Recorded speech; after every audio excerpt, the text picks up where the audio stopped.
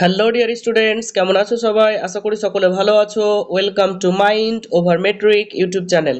আমার স্নেহের ছাত্রছাত্রীরা, আজকের ভিডিওতে মূলত আমি আলোচনা করব ক্লাস 10 এর একটি গুরুত্বপূর্ণ গল্প, আওয়ার রানওয়ে কাইট।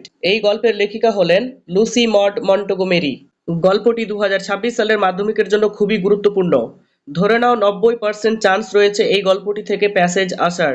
তো অবশ্যই তোমরা এই গল্পটিকে ভালোভাবে বুঝে প্রশ্ন উত্তর প্র্যাকটিস করে যাবে।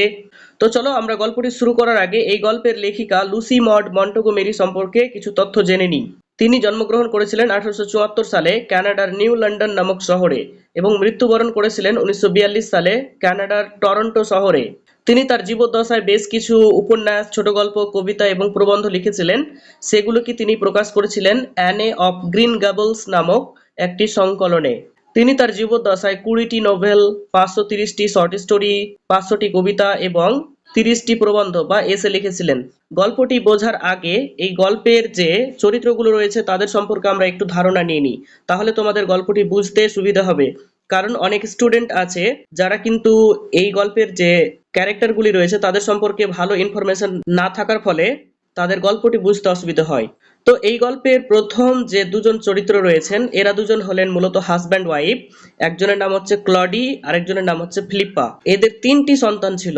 একজনের নাম ছিল আন্ট এস্থার, একজনের নাম ছিল ফাদার, তৃতীয় যে ক্যারেক্টার তার নাম ছিল ফাদার্স ব্রাদার।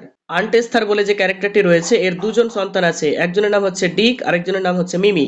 ফাদার বলে যে ক্যারেক্টার রয়েছে তারও কিন্তু আবার 2টি সন্তান রয়েছে, একজনের নাম হচ্ছে ক্লডি, আরেকজনের নাম হচ্ছে ফিলিপ্পা। তোমাদের মনে হতে পারে যে ক্লডি ফিলিপ্পা তো আগেই নাম ছিল। হ্যাঁ, এই ফাদার বলে যে ক্যারেক্টার তার পিতামাতাকে মনে রাখার জন্য তার নিজের সন্তানদেরও নাম রেখেছিল ক্লডি লিট এবং ফিলিপ্পা লিট। তৃতীয় যে ক্যারেক্টার ফাদার্স ব্রাদার, তার নাম গল্পে উল্লেখ করা নেই এবং তার কয়টা সন্তান ছিল সেই সম্পর্কে গল্পে উল্লেখ করা নেই। তো চলো আমরা গল্পটি এবার পড়তে শুরু করি। তোমরা অবশ্যই তোমাদের কাছে একটি টেক্সট বুক রাখবে। আমরা প্রথমে পড়ব unit 1। Of course, there was nobody for us to play with on the Big Half Moon. অবশ্যই বিগ হাফ মুন দ্বীপে আমাদের সঙ্গে খেলা করার জন্য কেউ ছিল না। We just had to make the most of each other and we did. আমাদের বেশিরভাগ সময় একে অপরের উপর নির্ভরশীল থাকতে হতো এবং আমরা তাই করেছিলাম। তোমাদের মনে হতে পারে এখানে আমাদের বলতে কাদের কথা বোঝানো হয়েছে। এখানে আমাদের বলতে ক্লডি লিট এবং ফিলিপ্পা লিটের কথা বোঝানো হয়েছে এবং আমাদের এই গল্পের ন্যারেটর হলো ফিলিপ্পা লিট। ফিলিপ্পাই কিন্তু এই পুরো গল্পটা আমাদের সামনে তুলে ধরছে। We live on the big half moon island.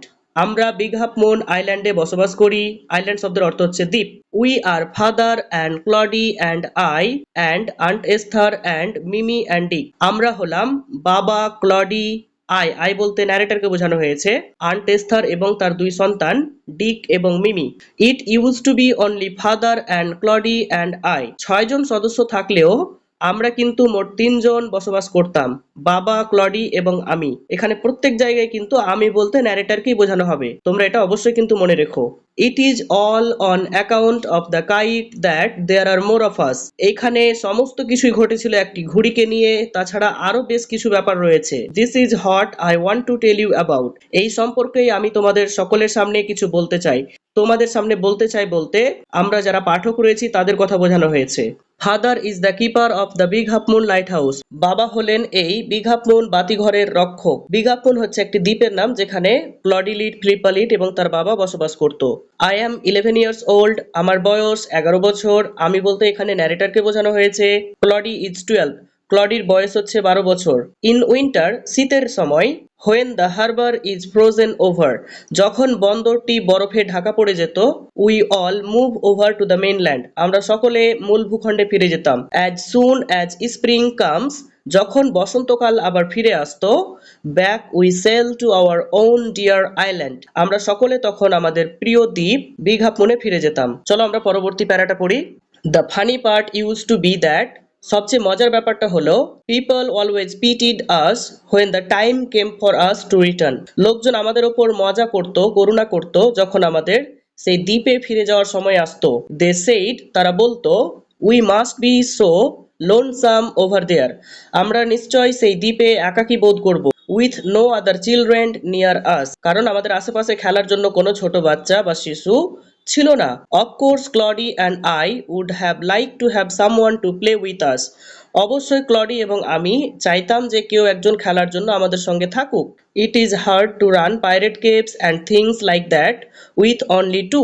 Pirate cave মানে দস্যুদের গুহা এবং অন্যান্য গেম যেগুলি দুইজনে পরিচালনা করা কিন্তু খুবই কষ্টকর বা কঠিন।